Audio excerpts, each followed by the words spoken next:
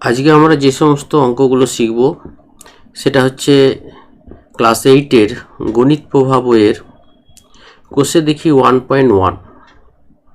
এর আগে আমরা 5-এর দাগের পর্যন্ত অঙ্কগুলো করেছিলাম। আজকে আমরা 6-এর দাগের অঙ্কটা দেখব। দেখো 6-এর দাগের অঙ্কটাতে কি আছে।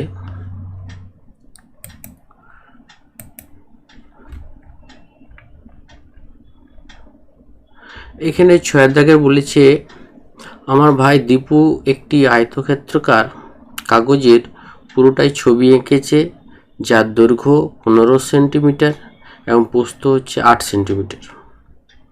এটা হচ্ছে প্রথমে একটা কাগজ দেওয়া আছে যেখানে ছবি এঁকেছে, সেটার দৈর্ঘ্য প্রস্থ দেওয়া আছে। 1 নম্বর প্রশ্নে বলা আছে যে যদি দীপু আয়তক্ষেত্রাকার কাগজের প্রস্থ একই রেখে দৈর্ঘ্য দ্বিগুণ করত, তবে তার ছবির কাগজের ক্ষেত্রফলের কি পরিবর্তন হতো হিসাব করে লিখি। তাহলে প্রথমে যে ছবিটা এঁকেছিল সেটার ক্ষেত্রফলটা আমি প্রথমে বের করছি।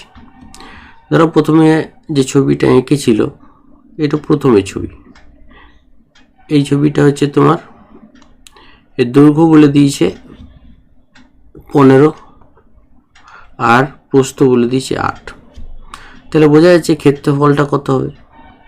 এখানে দৈর্ঘ্য এবং প্রস্থ যদি দেওয়া থাকে তার ক্ষেত্রফল হয় দৈর্ঘ্য গুণিত প্রস্থ, দৈর্ঘ্য গুণিত প্রস্থ। তাহলে এখানে হচ্ছে 15 গুণিত 8, ঠিক আছে। তাহলে 15 গুণিত 8 দ্যাট ইজ ইকুয়াল টু 120। 120 কি সেন্টিমিটার, অবশ্যই সেন্টিমিটার মানে বর্গ সেন্টিমিটার, সেন্টিমিটার তার করে। তাহলে এরপরে প্রথমে এটার ক্ষেত্রে যেটা বলা হয়েছে দৈর্ঘ্যটা বলে দিয়েছে দ্বিগুণ করা হয়েছে। তার মানে দৈর্ঘ্যটা তোমার একটু বড় করে দেওয়া হয়েছে, এইরকম দৈর্ঘ্যটা তোমার দ্বিগুণ করে দিয়েছে। মানে এখানে দৈর্ঘ্যটা হয়ে গেছে তোমার আগে ছিল 15, তাহলে এখন হয়েছে 30, আর প্রস্থটা হয়ে গেছে 8। প্রস্থটা কিন্তু একই আছে বলে দিয়েছে, প্রস্থ একই রেখে। তাহলে এক্ষেত্রে ক্ষেত্রফলটা কি হবে?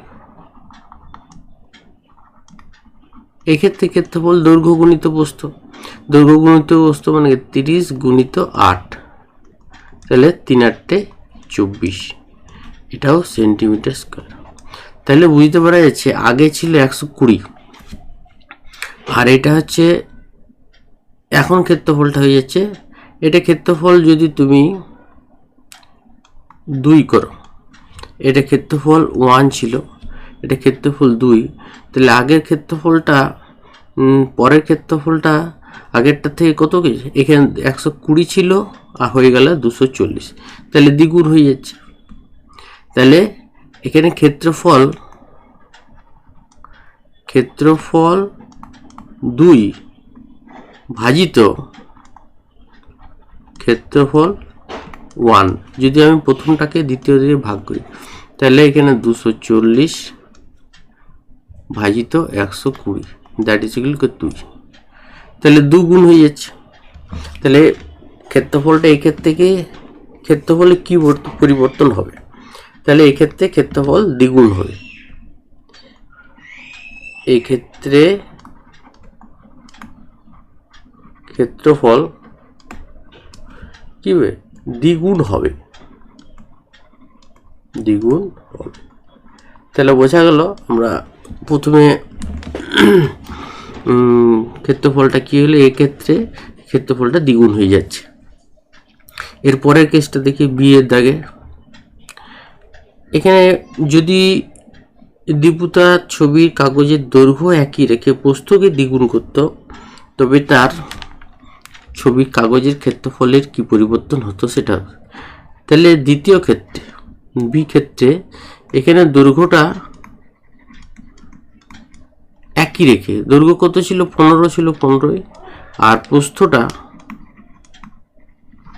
প্রস্থটা কিন্তু দ্বিগুণ, মানে আগে ছিল 8 এখন হয়ে যাবে 16।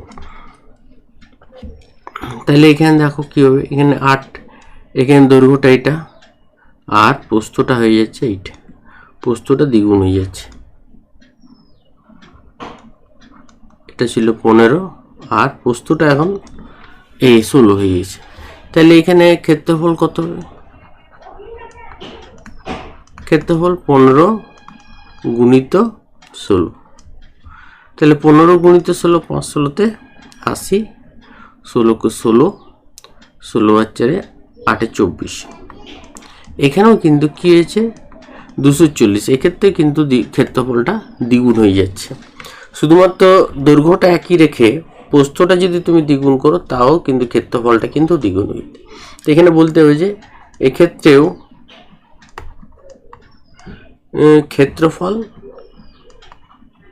ক্ষেত্রফল কি দ্বিগুণ হবে। কি পরিবর্তন হবে? দ্বিগুণ হবে। এটা এইভাবে বলতে পারে, এটা 240 তো, তাহলে 2 × 120 সেন্টিমিটার। 2 × 120 সেন্টিমিটার মানে কি আগের দ্বিগুণ হয়ে যাচ্ছে। আচ্ছা, এরপরে দেখো সি এর দাগেরটা কি আছে। যদি দীপু তার ছবির কাগজের দৈর্ঘ্য প্রস্থ উভয় দ্বিগুণ করত, তখন তার ছবির কাগজের ক্ষেত্রফল 1 নম্বর ছবির কাগজের ক্ষেত্রফলে কত গুণ? মানে এখানে 1 নম্বর ক্ষেত্রে কত হয়েছিল? 1 নম্বরের ক্ষেত্রে হয়েছিল তোমার, দেখো 1 নম্বর ক্ষেত্রে হয়েছিল 240। সেই 1 নম্বর ক্ষেত্রে কাগজের ক্ষেত্রফলের থেকে কতটা বেশি হবে সেটা বের করতে বলেছে। তাহলে এই ক্ষেত্রে সি এর ক্ষেত্রে দৈর্ঘ্য কত? দৈর্ঘ্যটা হচ্ছে দ্বিগুণ, মানে 2 গুণিত 15, 15 ছিল, 15 দুগুণে 30। প্রস্থটাও বলছে কিন্তু এখানে দ্বিগুণ, মানে 2 গুণিত 8 মানে কি 16। তাহলে ক্ষেত্রফল কত হবে? এখানে ক্ষেত্রফলটা হচ্ছে তাহলে দৈর্ঘ্য গুণিত প্রস্থ, তাহলে 30 গুণিত 16, তাহলে 3 16-তে 48। তাহলে এইটা তোমার দেখো এখানে 2 গুণিত হয়ে যাচ্ছে কিন্তু 240 সেন্টিমিটার স্কয়ার। আর 240টা কি ছিল? 1 নম্বর ছবির ক্ষেত্রফল ছিল। 1 নম্বর ছবি এখানে বলে দিয়েছি 1 নম্বর ছবির কাগজের কত গুণ হবে। তাহলে এখানে তাহলে 2 গুণিত এ নম্বর ছবির ক্ষেত্রফল।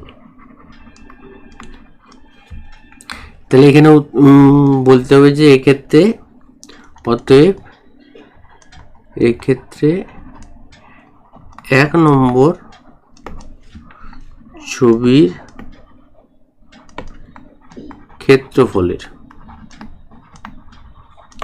ক্ষেত্রফলের দ্বিগুণ হবে। এক্ষেত্রেও কিন্তু 1 নম্বর ছবির ক্ষেত্রফলের দ্বিগুণ হচ্ছে, কিন্তু প্রথম ছবির ক্ষেত্রফলের কিন্তু যদি জিজ্ঞেস করতো, প্রথম ছবির ক্ষেত্রফলের কিন্তু সেখান থেকে 4 গুণ হয়ে যেত, কেননা প্রথমে ছিল 120।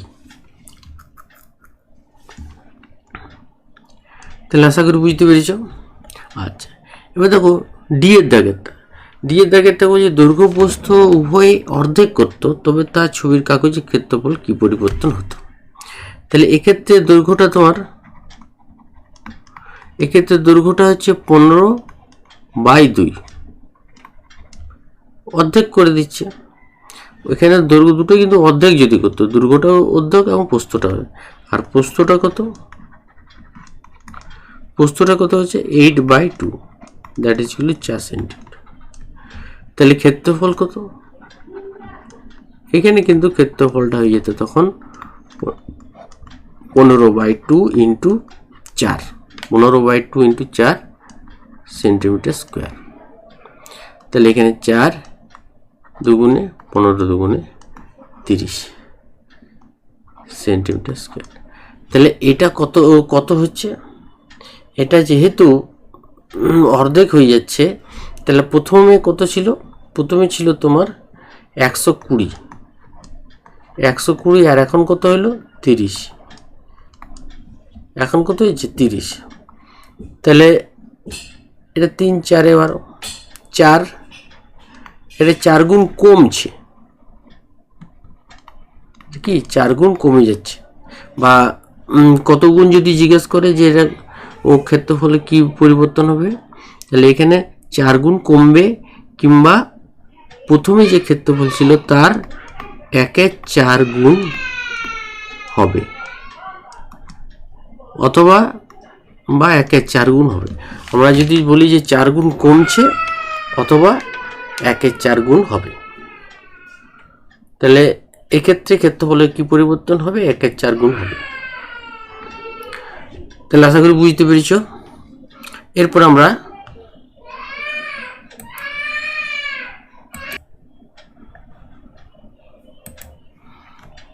দেখো, এরপর আমরা যে অঙ্কটাতে এসেছি সেটা হচ্ছে 8-এর দাগেরটা। বলছে আমাদের পাড়ার ক্লাব ঘরের দৈর্ঘ্য, প্রস্থ, উচ্চতা যথাক্রমে 7.2, 5.5 মিটার ও 4.2 মিটার। ঘরের 3 মিটার লম্বা ও 1.8 মিটার চওড়া একটি দরজা, 2.25 মিটার লম্বা, 1.8 মিটার চওড়া মাপের 2টি জানালা আছে। ক্লাব ঘরে মেঝের ক্ষেত্রফল হিসাব করে মেঝে সিমেন্ট করতে প্রতি বর্গমিটারে 62 টাকা হিসাবে কত খরচ পড়বে হিসাব করি। তাহলে এখানে মেঝে সিমেন্ট করতে কত খরচ পড়বে আমাকে সেটা বের করতে বলছে, এবং মেঝের ক্ষেত্রফল কত সেটাও হিসাব করতে বলছে। তাহলে এখানে প্রথমে যে অঙ্কটা আছে সেটা হচ্ছে, এখানে ধরো তোমাদের একটা ক্লাব ঘর, এটা তুমি ক্লাব ঘর মনে করতে পারো।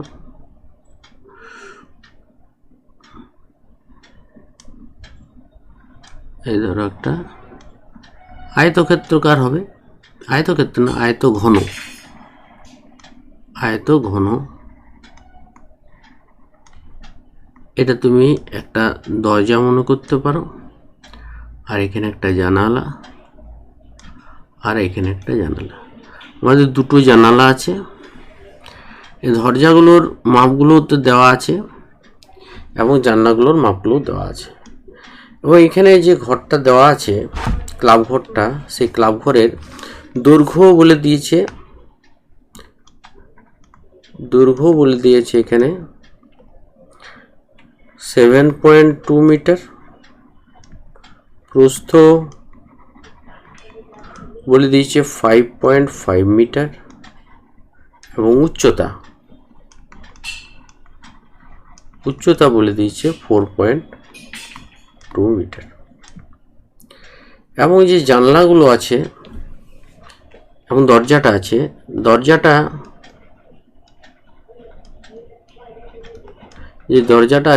একটি দরজা আছে, সেটা কি আছে মাপটা, এটা দৈর্ঘ্যটা আছে, মাপটা আমরা এইভাবে করতে পারি যে 3 মিটার গুণিত 1.8 মিটার, মানে এই 3 মিটার হচ্ছে দৈর্ঘ্য এবং 1.8 মিটার হচ্ছে প্রস্থ। আর জানালা আছে দুটি জানালা আছে। জানালাগুলোর মাপগুলো যেটা দেওয়া আছে সেটা হচ্ছে 2.25, এটা হচ্ছে দৈর্ঘ্য, আর 1.8 মিটার। এখানে আমাদেরকে প্রথমে যেটা বের করতে বলেছে সেটা 1-এর দাগে যেটা আছে সেটা হচ্ছে মেঝের ক্ষেত্রফল কত। মেঝের ক্ষেত্রফল তুমি কি করে পাবে? এইটা হচ্ছে তোমার দৈর্ঘ্য, এটাকে যদি তুমি দৈর্ঘ্য মনে করো, আর এইটাকে যদি প্রস্থ, আর এইটা হচ্ছে তোমার উচ্চতা, এটা হচ্ছে উচ্চতা। তাই দৈর্ঘ্য, প্রস্থ, এই মেঝে যা এবং ছাদ একই জিনিস। এই ছাদের ক্ষেত্রফল এবং মেঝের ক্ষেত্রফলটা কিন্তু একই, এটা হচ্ছে তোমার ছাদ। তাহলে ছাদের ক্ষেত্রফলটা কি করে পাওয়া যাবে? তাহলে এইটা হচ্ছে দৈর্ঘ্য এবং এটা হচ্ছে প্রস্থ, তাহলে দৈর্ঘ্য গুণিত প্রস্থ করলে তোমার ছাদের ক্ষেত্রফলটা পাওয়া যাবে, দৈর্ঘ্য গুণিত প্রস্থ। তাহলে আমি ছাদের ক্ষেত্রফলটা বের করছি, তাহলে অতএব ছাদের ক্ষেত্রফল, এই মেঝের ক্ষেত্রফল এবং ছাদের ক্ষেত্রফল একই। মেঝের ক্ষেত্রফল কি হবে? মেঝের ক্ষেত্রফল হবে দৈর্ঘ্য ঘরের দৈর্ঘ্য গুণিত প্রস্থ। তাহলে দৈর্ঘ্য কত? দৈর্ঘ্য হচ্ছে 7.2 আর এটা প্রস্থটা হচ্ছে 5.5। এটা হচ্ছে মিটার এবং বর্গ মিটার, মিটার স্কোয়ার বলতে পারি বা বর্গ মিটার বলতে পারি। তাহলে এটা যদি হয়, এটা গুণ করলে তোমার হবে 39.6 বর্গ মিটার। তাহলে আমরা মেঝের ক্ষেত্রফলটা পেয়ে গেলাম। এবার মেঝেতে কি করছে? সিমেন্ট করছে। মেঝেতে সিমেন্ট করে প্রতি বর্গ মিটারে 62 টাকা হিসাবে কত খরচ পড়বে? তাহলে সিমেন্ট করতে খরচ, মেঝে সিমেন্ট করতে খরচ, মেঝে সিমেন্ট করতে খরচ, সিমেন্ট করতে খরচ। দেখো মেঝে সিমেন্ট করতে মানে 1 বর্গ মিটারে হচ্ছে তোমার 62 টাকাতে। তাহলে 39.6 বর্গ মিটারে কত হবে? তাহলে 39.6 গুণিত 62 এত টাকা। এই 39.6 ইন্টু 62 মানে 62 টাকা, এটা তুমি যদি গুণ করো তাহলে গুণ করলে তুমি পাবে 2455.2 টাকা।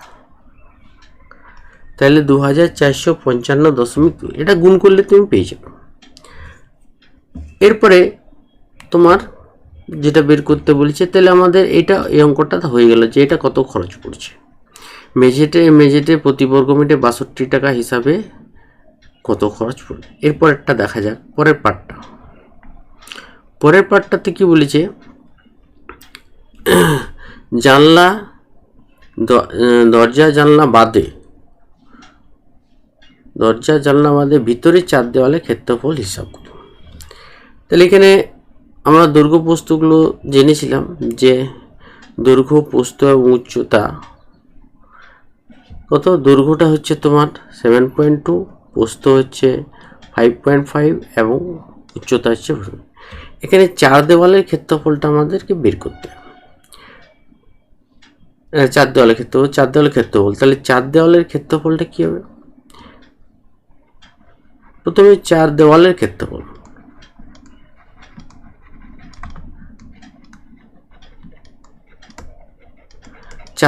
ক্ষেত্রফলটা তুমি যদি দেখো তাহলে আমরা আগে যে ছবিটা আছে সেখানে বুঝতে পারবো যে এই একটা দেওয়াল আর পেছন দিকে একটা, এরকম এই 4 দেওয়ালের ক্ষেত্রফল। এটা হচ্ছে কি প্রস্থ গুণিত উচ্চতা। এই দেওয়ালটার ক্ষেত্রফল কি প্রস্থ গুণিত উচ্চতা। তাহলে এদিকে একটা প্রস্থ গুণিত উচ্চতা আছে আর তার পেছনের দিকে একটা প্রস্থ গুণিত উচ্চতা আছে। তাহলে দুটো প্রস্থ গুণিত উচ্চতা। আর এটা কি হবে? এই দেওয়ালটা যে দিকটাতে দরজাটা আছে সেটা হচ্ছে দৈর্ঘ্যটা হচ্ছে দৈর্ঘ্য গুণিত উচ্চতা। তাহলে এটাও একটা আছে এবং এর পেছন দিকেও একটা আছে। তাহলে কি হচ্ছে? দুটো দৈর্ঘ্য গুণিত উচ্চতা আর দুটো প্রস্থ গুণিত উচ্চতা। তাহলে 4 দেওয়ালের ক্ষেত্রফল আমরা যেটা পাবো সেটা হচ্ছে 2 ইন্টু দুটো দৈর্ঘ্য গুণিত উচ্চতা প্লাস একটা হচ্ছে দুটো প্রস্থ গুণিত উচ্চতা। প্রস্থটা আমি শুধু লিখছি তাহলে দুটো দৈর্ঘ্য গুণিত উচ্চতা আর দুটো প্রস্থ গুণিত উচ্চতা। আমরা যদি এটা গুণ করি তাহলে 2, দৈর্ঘ্য হচ্ছে কত? দৈর্ঘ্য হচ্ছে 7.2 কিন্তু উচ্চতা মনে হচ্ছে 4.2 প্লাস এটা হচ্ছে 5.5, প্রস্থ হচ্ছে 5.5, এটা একটু 4.2। এটা ক্যালকুলেশনে তোমাদেরকে এগুলো গুণটা করতে হবে। গুণ করলে আমরা যেটা পাবো সেটা আমরা প্রথমে লিখছি।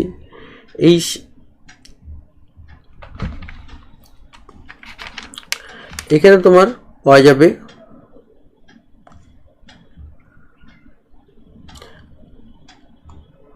30.42, এটা গুণ করলে পাওয়া যাবে 30.42 এবং এটা যদি গুণ করো তাহলে 23.10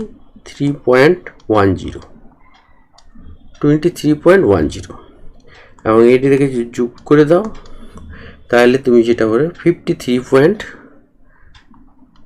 53.3 ফুট।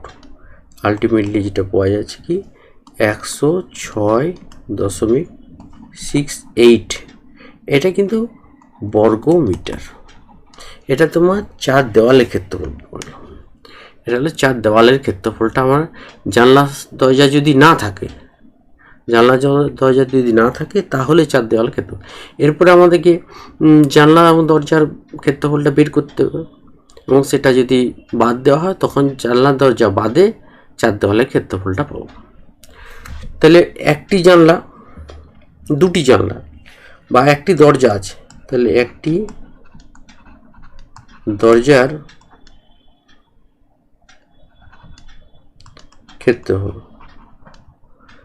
একটি দরজার ক্ষেত্রফল কত হচ্ছে? একটি দরজার ক্ষেত্রফলটা যেটা আসছে সেটা হচ্ছে, দরজাটা আমরা যেটা দেখেছিলাম 3 মিটার চওড়া আর 1.8 মিটার প্রস্থ। এটা কি মিটার তার স্কোয়ার। তাহলে এটা যদি গুণ করো 3 8 54, মানে 5.4 বর্গ মিটার। এটা হলো একটি দরজার। আর দুটি জানালা যদি বলা হয়,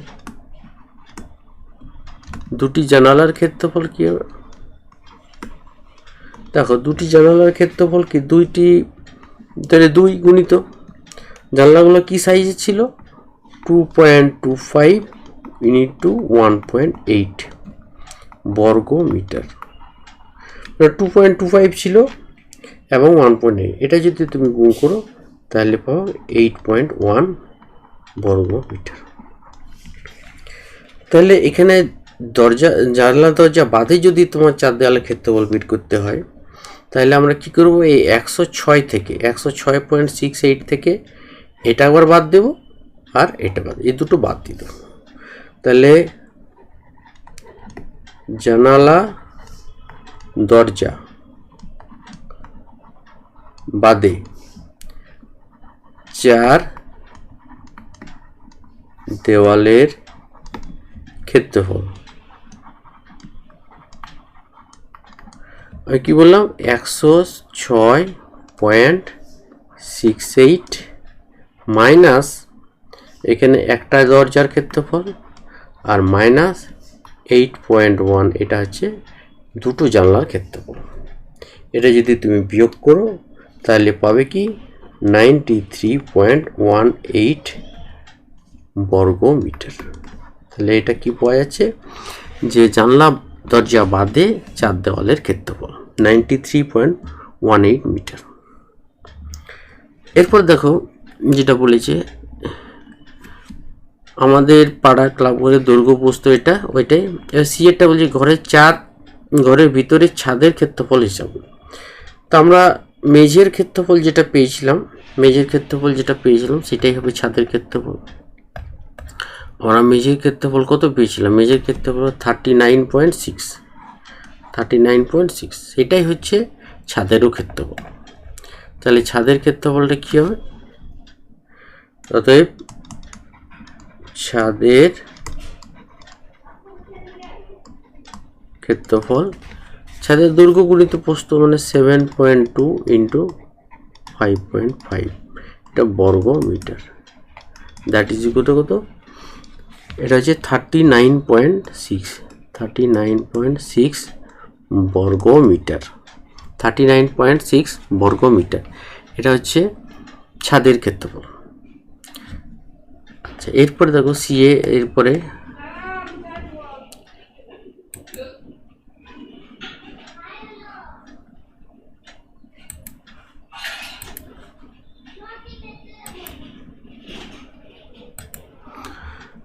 দেখো ডি এর তা কি বলেছে? প্রতি বর্গ মিটার 12 টাকা হিসাবে জানলা দরজা বাদে ঘরের ভিতরে 4 দেওয়াল ও ছাদ চুনকাম করতে কত টাকা খরচ পড়বে? তাহলে চুনকাম করার জন্য মোট যে ক্ষেত্রফল, সেটা তোমাদের সবগুলো বের করা হয়ে গেছে, সেগুলো শুধু যোগ করতে হবে। তাহলে ছাদের ক্ষেত্রফল, তাহলে ছাদ প্লাস 4 দেওয়াল, চার দেওয়াল, এটা কি জানলা দরজা বাদে, জানালা প্লাস দরজা বাদে। তাহলে চার দেওয়াল আর ছাদ কত হচ্ছে, ছাদটা তোমার হচ্ছিল যে 39.6, আর চার দেওয়াল যেটা জানলা দরজা বাদে আমরা যেটা পেয়েছিলাম সেটা হচ্ছিল 93.18, এত বর্গ মিটার, 93.18। তাহলে দুটো যদি তুমি যোগ করো তাহলে কত হচ্ছে 132.78, এত বর্গ মিটার। আচ্ছা, তাহলে খরচ প্রতি বর্গ মিটারে কত হচ্ছে, এত বর্গ 12 টাকা হিসাবে। তাহলে মোট খরচ কত, মোট চুনকামে খরচ, মোট চুনকামে খরচ কত হচ্ছে 132.78 গুণিত 12 টাকা, 12 টাকা হিসাবে হচ্ছে। তাহলে এটা যদি তুমি গুণ করো তাহলে হচ্ছে এটা 1593.36 টাকা।